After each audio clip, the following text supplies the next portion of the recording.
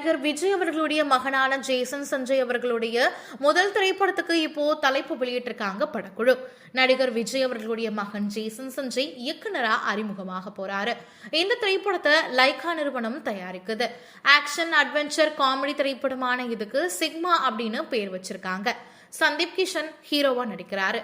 அவர் கூட சேர்ந்து ஃபரியா Abdullah, Rajasundaram, Anbudasan, yoke JP, Sampathraj, Kiran கொண்டா, மகாலட்சுமின்னு பலர் நடிச்சிருக்காங்க. தமன் தான் இந்த திரைப்படத்துக்கு இசையமைச்சிருக்காரு.